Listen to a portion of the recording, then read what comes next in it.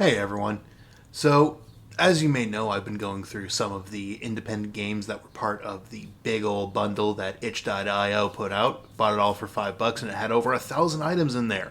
Not all of them are games, but I've been playing through them, been posting gameplay videos, and I thought at the end of the week I'd take a step back, I'd sit down, collect my thoughts, and give you more of a full-on review of each of the games I've played this week. So, I started on Wednesday. I think I'll start next week on Monday so that there's more games to talk about. But we only have 3 games to talk about this week. We have Overland, A Short Hike, and Sky Rogue. Now, I also want to point out that I am skipping some of the games in the bundle.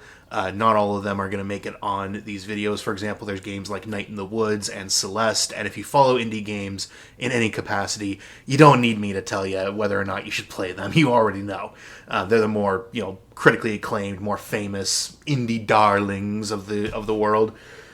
So yeah, we're going to take a sit back and we're going to talk about some games, and I'm going to tell you if with the sale having now concluded, with the big old giveaway charity bundle now being complete, I'm going to tell you if they're worth your money at full retail price. So sit back and let's enjoy ourselves today. So starting with Overland, I guess limited would probably be the best way to put a lot of what happens in that game. There's not a whole lot of actions you can do. There's not a whole lot of items that you have to collect. It bills itself as a survival game, but it doesn't have a lot of the trappings of other survival games, and it is also a turn-based tactical game, so the controls are a lot more different, and there's a lot more, well, there's not so much a lot more, but different things to worry about. You tend to be worried more about collecting gas than you do about collecting other sorts of supplies. And the idea of traveling along this road, trying to get to a safe place, it reminds me a little of another game I've played, Death Road to Canada. Whereas that game was more of an arcadey, kind of action-y, navigate through the hordes, Left 4 Dead style thing, where you had a lot of different supplies you had to juggle. This, you really only have to worry about kind of the health of your survivors, the gas in your car, what other items you have. You also have very limited inventory and very limited movement and action capabilities. Most of your survivors are only going to have one inventory slot, and in the case of, say, a dog, because you can get dogs in the game, and you can even pet the dogs, and it's kind of cute, but in the case of dogs, actually having an item, I think, slows them down to some degree. Like, I remember having my dog, drag the gas can, and it looked like it slowed him down, or at least the animation was slowed down. He was walking instead of, running. You do have various items that you can collect, like bottles and knives that allow you to attack the monsters, and that is the thing. The monsters are difficult to handle, and you can't ever clear an area out. Whenever you kill a monster, a new one is going to spawn in a couple of turns. So it's kind of... It feels like you can't really...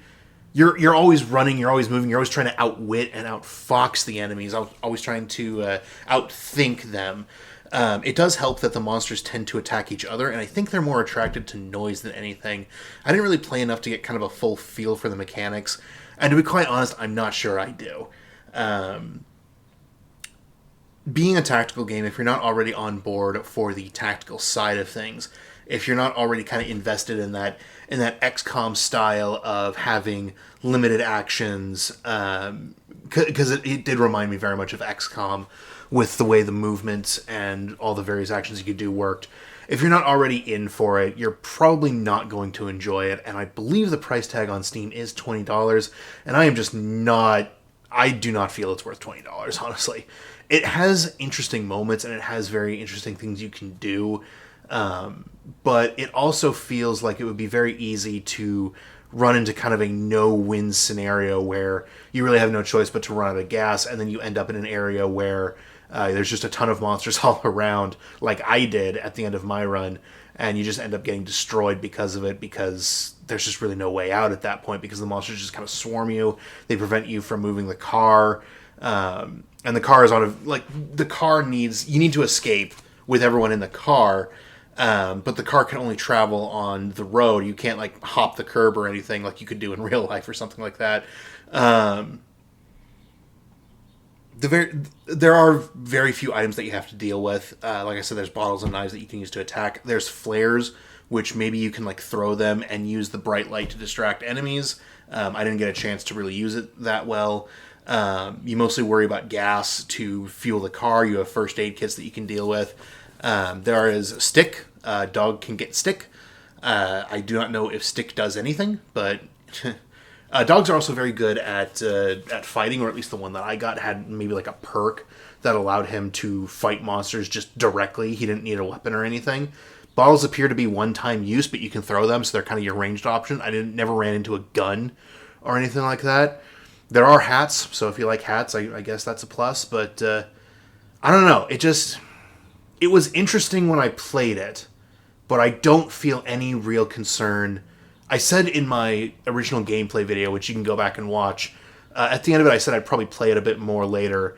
And as time has gone on, my opinion has kind of cooled on it. I don't think it's as interesting or as good as I originally thought it was. The sound design and the music it's very, very low key, very almost droning in a sense. It just doesn't really inspire excitement, which I don't think the game is trying to inspire excitement. Like, it's not trying to make you want to fight the monsters. It's making you want to try and, like I said, outmaneuver and outthink them. But I don't think it's all that good, honestly. Maybe I'm wrong. If the gameplay that you're seeing here interests you, feel free to pick it up. I mean, I'm not gonna, like I said, it's a tactical game. If you like that kind of tactical game, and if you like this idea of a game that rewards you for outthinking, and also another thing, there is not a whole lot of character progression. There is not the idea that characters get stronger as you hold on to them for longer. They don't level up. They don't improve. Their abilities don't improve. Maybe they do improve at some point, and I just never got that far. But it feels more like all I really worried about was just where I was going next, and there was no character progression to speak of. So if you don't like the idea of not having character progression, of having to deal with increased difficulty while your characters kind of stay the same, then this is not going to excite you. There definitely appears to be more items. Like, I do remember getting like a rack I could put on the car that probably will let me carry more items, or like be able to scavenge more stuff and bring it around. But at the end of the day, I'm not as interested as I was when I first started it. So at the end of it all, it was interesting, but I very quickly forgot it, and I do not think it's worth the asking price. So if you really like tactical games, if you really like the idea of trying to outwit your opponents, go for it, but not for me, man.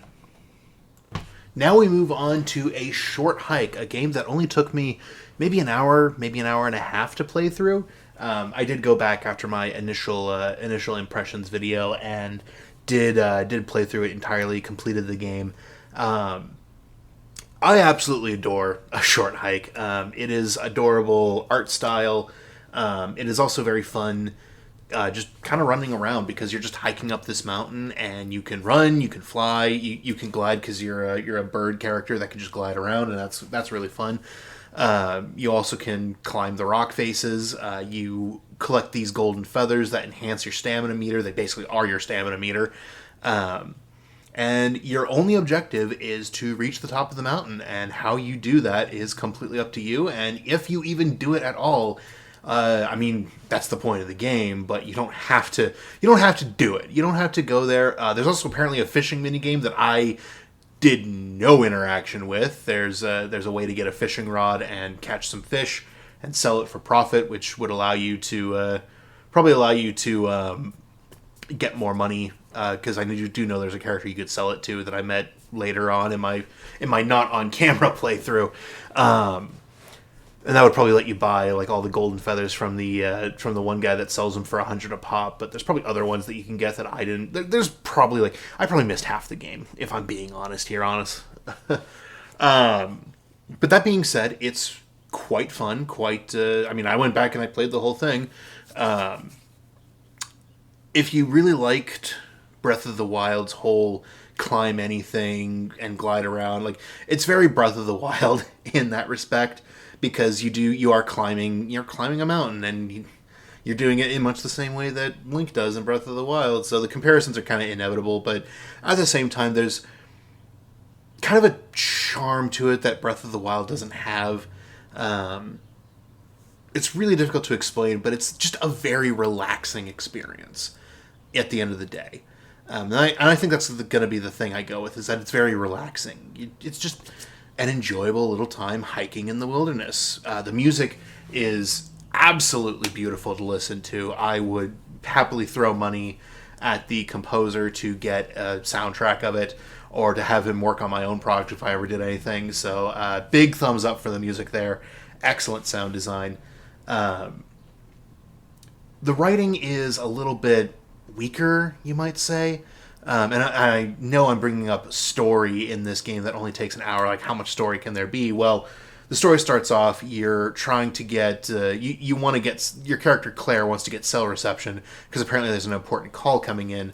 And that doesn't come up, like that whole idea doesn't come up until much later, when you finally climb the mountain and you get cell reception and you finally get that call, where Claire suddenly reveals this bombshell that apparently her mother was just in surgery, and she was worried about that. And it feels like it's just this sudden bombshell that's dropped for no other reason than to have a bombshell to drop. It really kind of feels out of place. And it feels out of place with the fact that you can just go running around this mountain and do whatever you want for like 3 hours before you even consider climbing the mountain. Granted, it is also possible that maybe Claire's doing all this. Not only can you run around doing all this, but like Claire can make friends on the way up there and do things like go run this silly little parkour race or do these other things that you'd think if you had this call that was coming in that was so very important, this whole idea of contacting her mother after this surgery, you'd think she'd be a little bit more focused on that. And I'm very much nitpicking. This is kind of just a weakness of the format because it is a sandboxy exploration style game. But it's also possible that maybe she's just doing all this because, I mean, if someone you know is having surgery, you really have no influence over what happens. And I've been there personally. I've had family members have very significant surgeries in the past. And my usual reaction to it was to just kind of try and distract myself and not worry about it, because there's nothing I can do to influence that situation. There's nothing I can do to change it or make it better. So why worry, I guess? Just, cross your fingers, hope everything comes out okay, and go off, do your own thing is essentially kind of all you really can do. So I guess I kind of understand that. And like I said, I am nitpicking this because there's really not much more to say than the fact that this is a very relaxing game, and I would say it's very much worth the $8 asking price. It's $8 on Steam, for, it's only an hour long if you're kind of fast tracking the plot, but if you feel like goofing off and just enjoying this little nature hike with a rather, I hate to say pixel art for the art style. It does definitely feel very more pixelated than anything else, but at the same time, there's a unique charm to the art and how it's all drawn. It feels like it's all hand drawn in the end, despite the pixel art quality of it. And it is really nice to look at. And the end scene with Claire on top of the mountain, seeing the northern lights as they kind of come across the sky, it's very beautiful. It is very gorgeous to look at. So, very pretty. Big thumbs up there.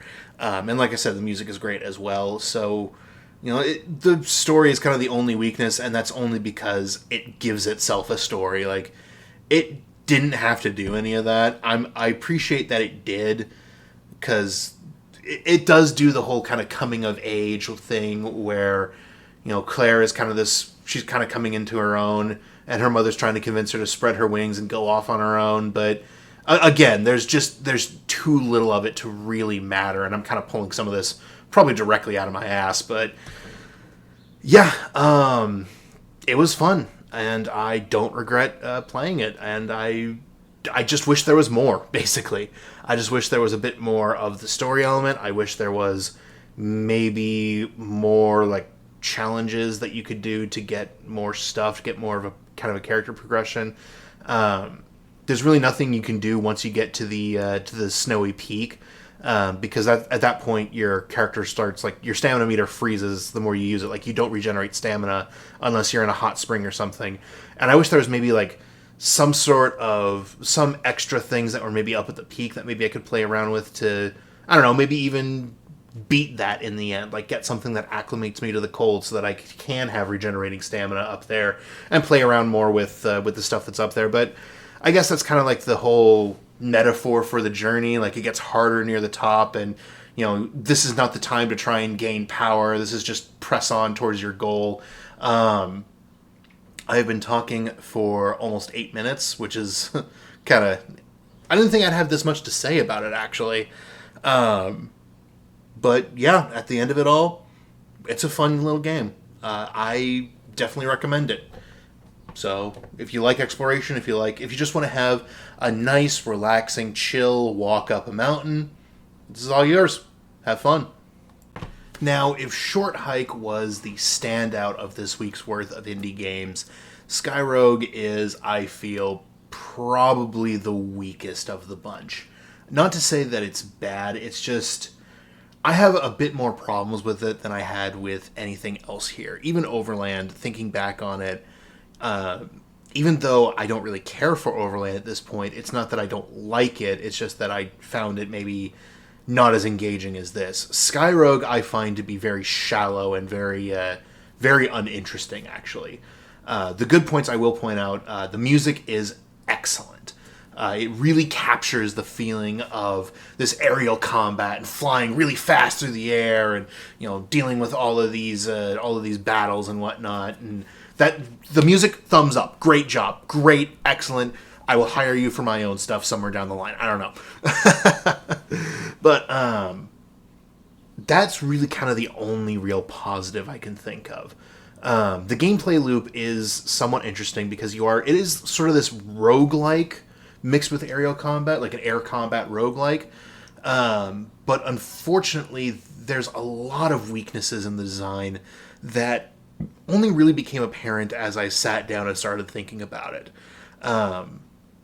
Now, the weapons you can get are, very fun, and they all have their own unique ways of operating, and you can kind of build and custom tailor your planes for specific missions. In fact, once you start unlocking other planes, you can start having more tailored loadouts for specific missions. If your target is something on the ground, for instance, maybe you want to take the bomber plane instead, with a bunch of bombs to just blow everything up. But the thing with a roguelike is that difficulty needs to be somewhat consistent, where you either have kind of this straight line throughout it, or you have this slowly encroaching curve. Most of the more famous roguelikes, they don't start off immediately trying to kick your ass, but if you're dumb, you will be just wrecked. If you have a little bit of thinking and you're willing to experiment, that's the thing with roguelikes, is that there's a lot more experimentation to them. They're not as rigidly defined as other experiences might be, but the difficulty in Skyrogue, and this is the point I'm trying to make, is very inconsistent, and I'm not sure I'm down for that. The first few days tend to be fairly empty maps with just a bunch of basically cash pinatas. Just blow stuff up, get a bunch of money so you can upgrade your stuff. And maybe that's the point. Maybe the idea is to upgrade as much as you can before you start reaching the more difficult days. But even then, once the difficulty cranks up, it cranks up a lot, to the point where I noticed many times during my playthrough, I would get hit with one missile and my health bar would just disappear. Like, it wouldn't just kill me in one hit, but I'd have taken like 80% damage from one hit. And I'm like, whoa! Especially because the enemies can launch these attacks from so close that you really have no way of... You do have flares that can throw enemy, like, locked-on missiles off, but these enemies can launch them from so close that you don't have a chance to fire those flares. And the fact that you take so much damage from them is very, very... it's not fun. I'm trying to find a better way to put it, but it's just not fun. And the earlier days where there's really very little, yeah, there's like surface to air missiles, there's ships with guns and whatnot. But even then, it feels like there's very little that actually messes with you. And I've had plenty of times where I will fly over those SAM sites, those surface to air missile sites, and they won't do a damn thing. I'm not sure if I just went in their blind spot or something, or maybe if I destroyed the radar that was back there. I think I destroyed a radar a couple of times. Do they just not fire at me if there's no radar to detect me? Is that a thing? In that case, if that's a thing, that's great. That rewards forward thinking. That's great. Another problem I have is the maps appear to be entirely too large for what goes on in them. A lot of it is spent. Now, granted, this may just be something with aerial combat games in general. I have not played, I haven't played Ace Combat or anything like that. This is kind of the first real aerial combat game I've ever played.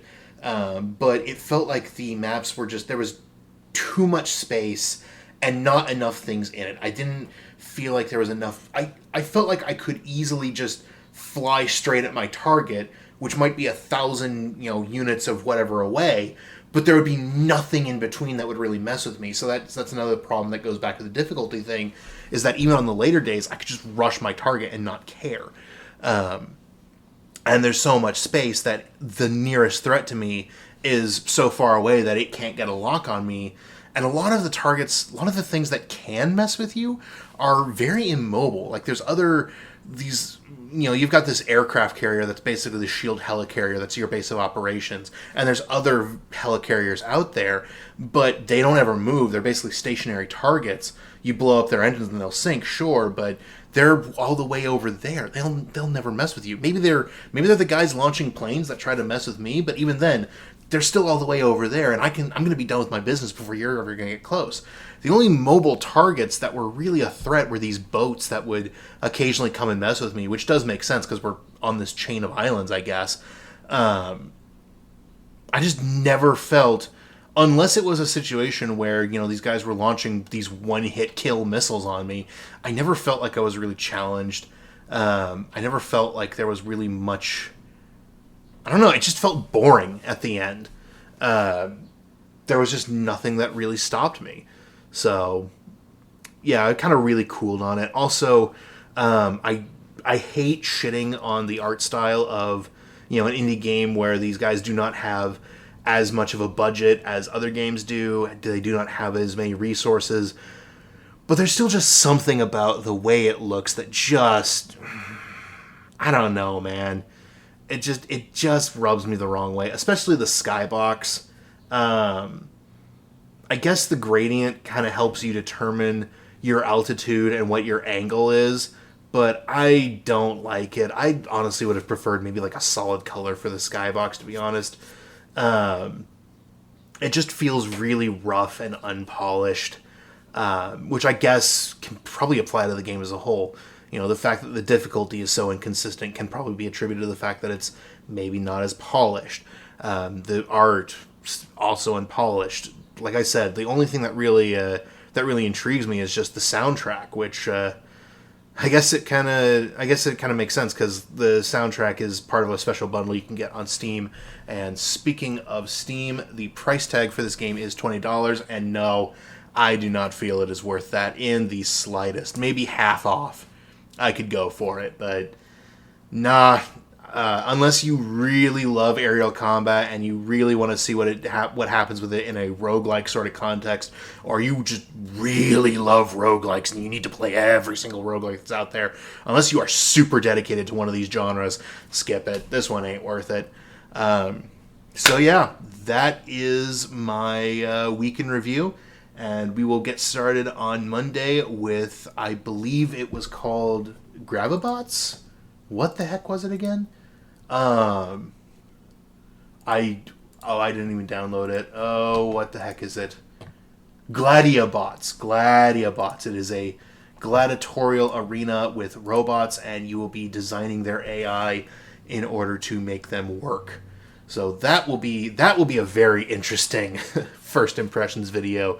So until next time, I hope to see you guys on the next one, and have yourselves a great weekend. Later.